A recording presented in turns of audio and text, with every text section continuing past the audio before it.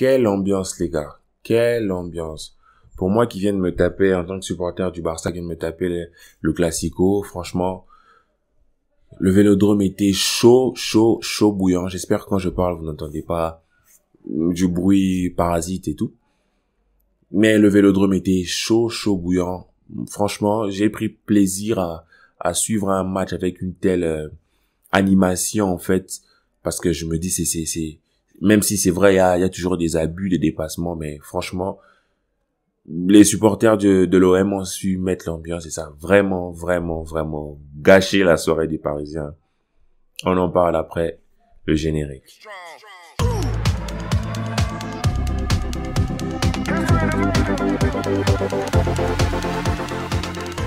Alors, OM Paris Saint-Germain.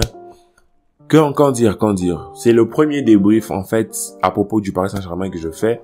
Et j'ai suivi le match, j'ai trouvé qu'il y a énormément d'intensité mise et pour moi, je trouve que le PSG a déjoué.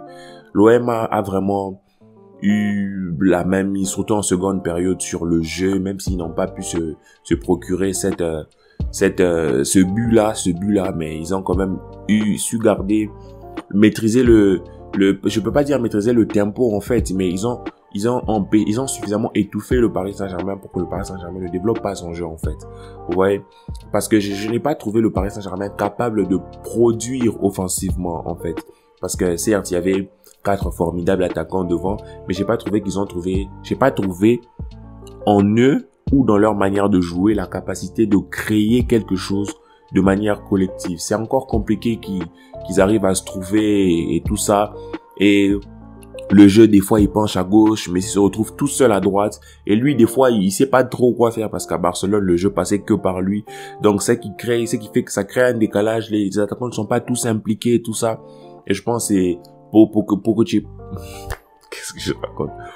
Pochettino doit vraiment s'investir là-dedans parce qu'il a une attaque de feu. Il faut vraiment qu'il apprenne à mettre tout en boule, en cohésion, parce que pour l'instant, certes, Paris Saint-Germain, malgré le match nul, demeure premier. Ils gagneront sûrement des matchs demain, mais s'ils veulent gagner la Ligue des Champions, s'ils veulent aspirer à plus, ils doivent essayer de faire jouer cette équipe-là. Ça serait beau à voir, même si ils arrivaient à aller en finale de Ligue des Champions, ça serait beau à voir, de voir un trio offensif, voire un quatuor, pourquoi pas, mais qui arrive à jouer ensemble. C'est ça le plus beau. Côté OM, j'ai trouvé franchement les joueurs de l'OM en forme. Comme d'habitude, je trouve que les joueurs de l'OM se battent avec leur âme. Ils lâchent tout sur le terrain, même si ça fait 6 confrontations, je pense 6 classiques qu'ils n'ont plus gagné chez eux. Mais en tout cas, sur ce match, ils ont montré qu'ils sont des bonhommes, ils ont tenu ferme. Je les ai trouvés ils avaient une très bonne cohésion. Ils ont pu, Paris Saint-Germain aurait pu marquer un but hors jeu, puis de l'autre côté hors jeu.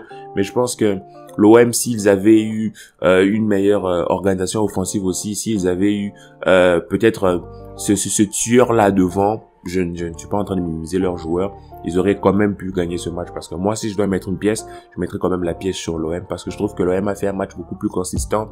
L'OM a fait un match beaucoup plus complet, en fait, dans les moments décisifs. Parce que quand le Paris Saint-Germain avait l'ascendant, ils n'ont pas su trouver la formule de l'équipe, en fait, pour faire jouer. La formule avec les 4 attaquants pour faire jouer l'équipe.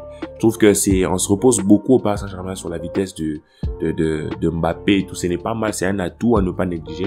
Mais il faudra aussi prendre en compte les autres attaquants, essayer de les incorporer de telle manière à ce qu'ils puissent pouvoir être peut-être au début ou à la fin. Or, au Paris Saint-Germain, on voit souvent Mbappé à la fin et Neymar et Messi à la baguette, ainsi que Di Maria. On a vraiment l'impression que c'est un peu ça qui se passe. Mais côté OM, j'ai vraiment trouvé une super alchimie.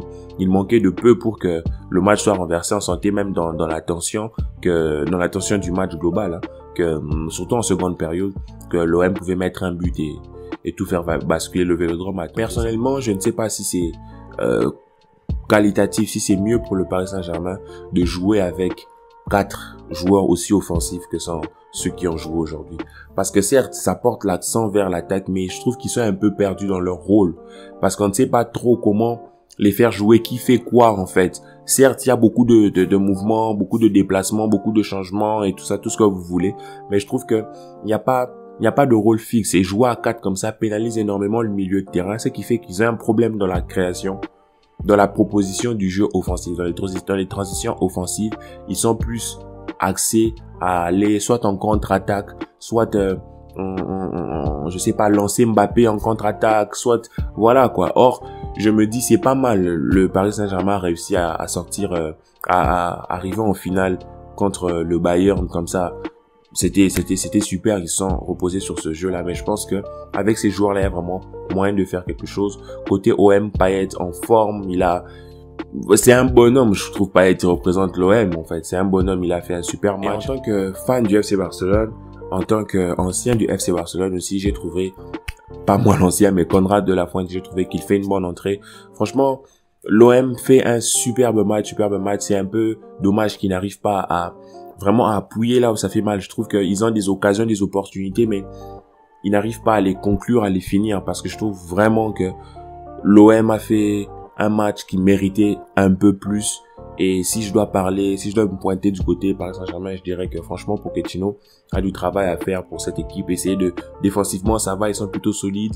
Malgré que Hakimi prend un rouge que je trouve plutôt injuste, mais en même temps il est dernier défenseur. La règle demande un rouge. Je pense qu'il y a faute. Donc c'est assez sévère, mais c'est mitigé, vous savez. Donc c'est sévère, mais de l'autre côté c'est la règle. Donc voilà, c'est mitigé. Et dans l'ensemble, Paris Saint-Germain, je trouve que défensivement ils sont pas si friables que ça. Je trouve que leur problème c'est plutôt dans l'organisation offensive, pour avoir un jeu qui ne demande pas forcément de courir et de partir en contre-attaque comme ça, d'avoir des joueurs qui vont faire du box-to-box, tout ça. S'ils arrivent à créer un autre jeu, ça serait super.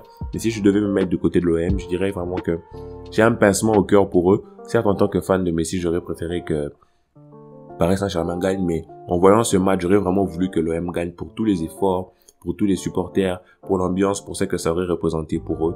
Et force aux Marseillais s'il y en a dans ma petite communauté que j'essaie de construire. Sinon, c'est mon premier débrief à propos d'un match de Ligue 1. Dis-moi ce que vous en pensez. Dites-moi ce que vous en pensez. On va essayer d'incorporer tous les autres gros championnats d'Europe.